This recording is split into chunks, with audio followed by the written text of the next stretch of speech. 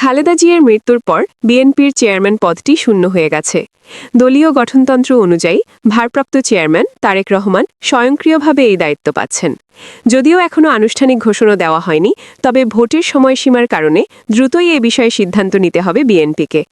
এই পরিস্থিতিতে সবচেয়ে বড় প্রশ্ন হয়ে দাঁড়িয়েছে নির্বাচনী ব্যানার, ফেস্টুন, বিলবোর্ড ও ডিজিটাল পোস্টারে কার ছবি ব্যবহার করা হবে।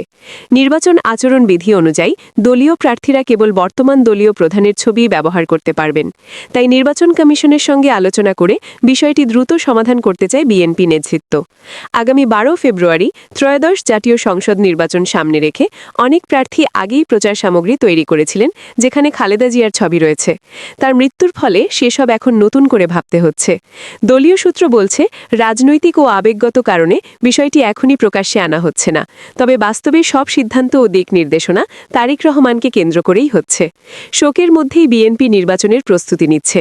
7 দিনের শোক কর্মসূচি শেষ হলে পূর্ণমাত্রায় প্রচারে নামার পরিকল্পনা রয়েছে। দলের নেতারা জানিয়েছেন, খালেদা জিয়া শারীরিকভাবে না থাকলেও তার আদর্শ ও নেতৃত্ব এবারের নির্বাচনী প্রচারের কেন্দ্রেই থাকবে। তার মৃত্যু ঘিরে তৈরি হওয়া আবেগকে জনসমর্থনে রূপ দেওয়ার কৌশল নিয়েই মাঠে নামতে চায় বিএনপি।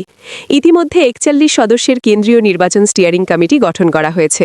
তবে বিদ্রোহী প্রার্থীরা বিএনপির জন্য বড় চ্যালেঞ্জ হয়ে উঠেছে। দলীয় শৃঙ্খলা রক্ষায় কয়েকজন নেতাকে বহিষ্কারও করা হয়েছে।